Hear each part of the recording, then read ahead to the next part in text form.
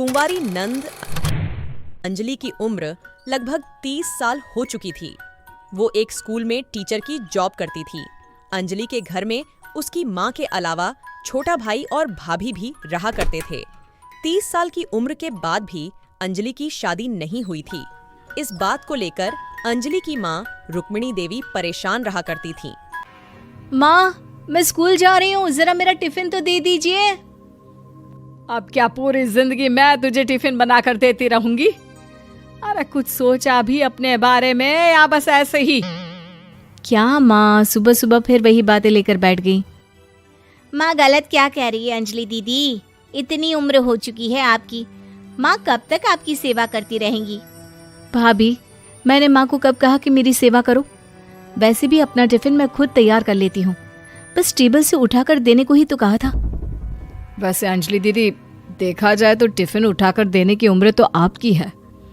आपका अपना घर परिवार बच्चे होते तो ये जिम्मेदारी आज आप पूरी कर रही होती। एक बात मेरी समझ में नहीं आती, अगर मेरी शादी नहीं हुई तो इसमें मेरी क्या गलती है और तुम सब लोग मेरे पीछे क्यों पड़े रहते हो? अरे कुछ कहना क्या पीछे पड़े रहना होता है? अपने छोटे भाई को देख, तुझसे 3 साल छोटा है लेकिन 2 बच्चे खेल रहे हैं आंगन में। मुझे आप लोगों की कोई बात नहीं सुननी, जा रही हूँ मैं। और आप में से किसी को मेरा कोई काम करने की जरूरत नहीं है, मैं खुद संभाल लूंगी। इतना कहकर अंजलि वहां से चली जाती है। शाम को जब अंजलि अपने स्कूल से लौटकर घर वापस आती है तो उसने देखा पड़ोस वाली निर्मला चाची वहां पर बैठी हुई थी। क्या बात है अंजलि बिटिया, नौकरी करके वापस आ गई? जी चाची जी, कैसी हैं आप? मैं तो ठीक हूँ बेटा, तुम बताओ शादी के बारे में कुछ सोचा या नहीं?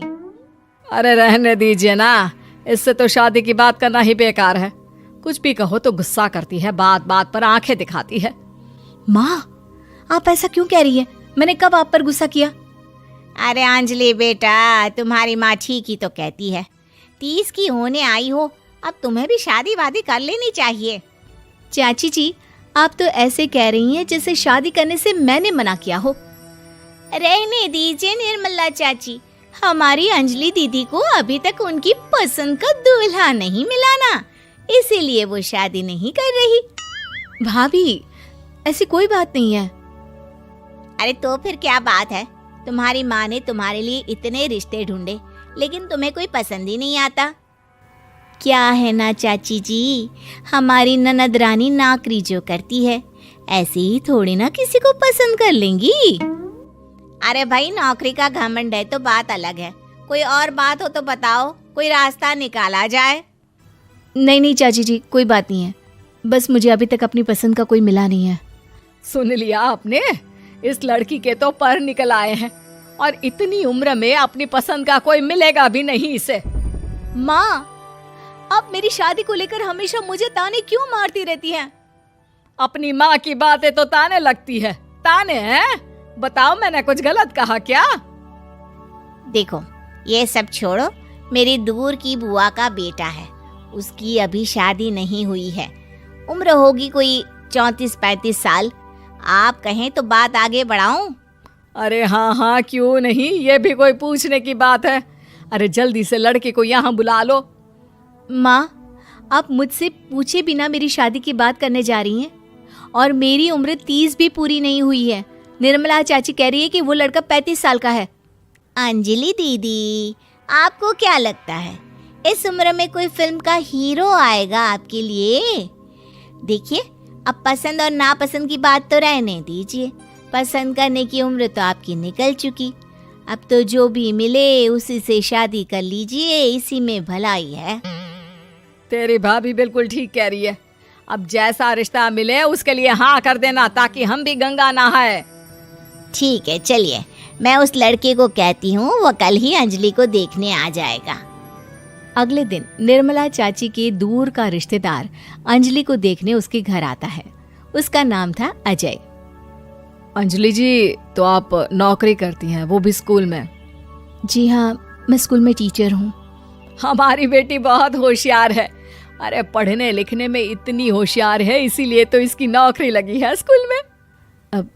हाँ ठीक है आंटी जी, जरा मुझे भी तो बात करने दीजिए आपकी बेटी से। जी पूछिए ना, क्या पूछना चाहते हैं? अंजलि मैडम, ये तो बताइए कि आपने अभी तक शादी क्यों नहीं की? बस ऐसे ही, कहीं कोई रिश्ता पसंद नहीं आया इसलिए। लेकिन क्या मैं आपसे पूछ सकती हूँ कि आपने शादी क्यों नहीं की? अंजलि, क्या कर रही हो तुम? लड़कियों को इस तरह की बातें नहीं शोभा देती। रहने दीजिए आंटी जी, आपकी बेटी काफ़ी पढ़ी लिखी है, मैं उनके सवाल का जवाब दे ही देता हूँ। वो क्या है ना, मुझे भी अभी तक अपनी पसंद की कोई लड़की नहीं मिली। अच्छा, कोई बात नहीं। वैसे आपकी तनख्वाह कितनी है? कितना कमा लेती है महीने का? जी यही कोई 25,000 महीने। बस 25,000? इतने से क्या होता है? इतने से तो आजकल घर भी नहीं चलता। आपके कहने का क्या मतलब है? अरे मैं तो ये सोच कर आया था कि नौकरी वाली लड़की है, आराम से 40,000 कमाती होगी। माफ कीजिएगा, आपका और मेरा रिश्ता नहीं हो सकता। जी कोई बात नहीं, मुझे भी आपके साथ शादी करने में कोई इंटरेस्ट नहीं है। अंजलि, किस तरह की बात कर रही हो? घर आए रिश्ते को ठुकरा रही हो तुम। दीदी, अब इस उम्र में आपको इतनी अकड़ नहीं दिखानी चाहिए। अच्छा खासा रिश्ता हाथ से निकल गया, कहीं ऐसा ना हो कि जिंदगी भर कुंवारी ही रह जाओ आप। कुछ दिन और ऐसे ही निकल जाते हैं और अंजलि की शादी कभी नहीं होती।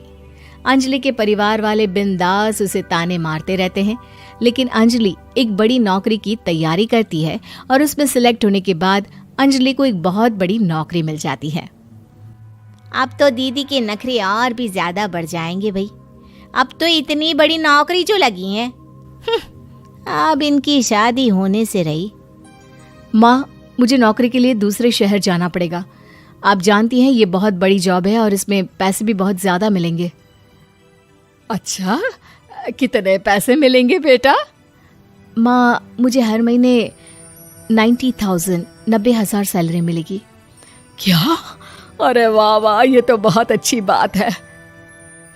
लेकिन फायदा क्या?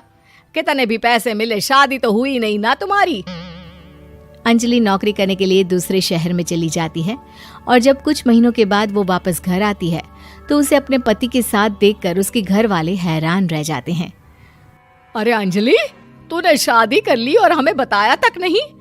और दामाद जी करते क्या हैं? इतनी बड़ी कार है उनकी। माँ, मैं आपको सब कुछ बताना चाहती थी, लेकिन आप सबके ताने सुनकर बहुत दुखी हो गई थी और इसलिए मैंने अपनी पसंद से शादी कर ली। मेरे पति मेरे साथ ही ऑफिस में नौकरी करते हैं और बहुत बड़े अफसर हैं। और एक बात बताऊं माँ, आज मैं बहुत खुश हूँ।